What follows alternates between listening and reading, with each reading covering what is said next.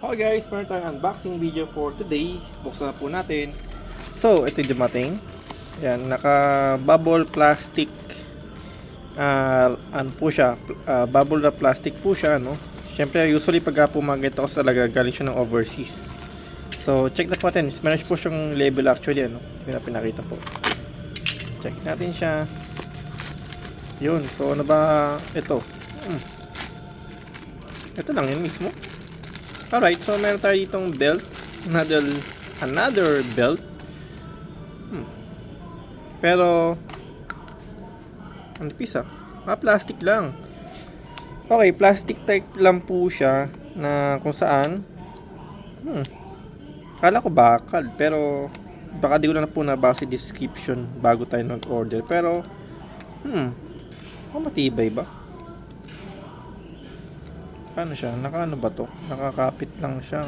O ano, nakakapit lang po yata ito, no? So, plastic lang po ito. Ito po is para siyang strap na nylon. Ayan. Quality check po tayo. Yung nauna po natin sigurong na-order. Ugod yung pinaka-buckle niya, no?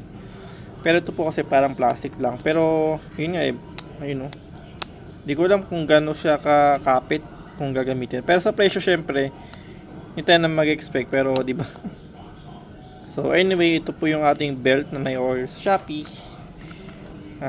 Yun po yung title, and then kung meron po kayong mga link na gusto, send ko na lang po, ano. Pero overall ito po siya, no. Sa presyo pwede na. Kasi free shipping naman din Ayan. So yun, order tayo sa Shopee kasi convenient na rin pag umorder talaga sa kanya. So, thank you for watching po. Ito po yung ating belt. Unboxing belt po. Alright.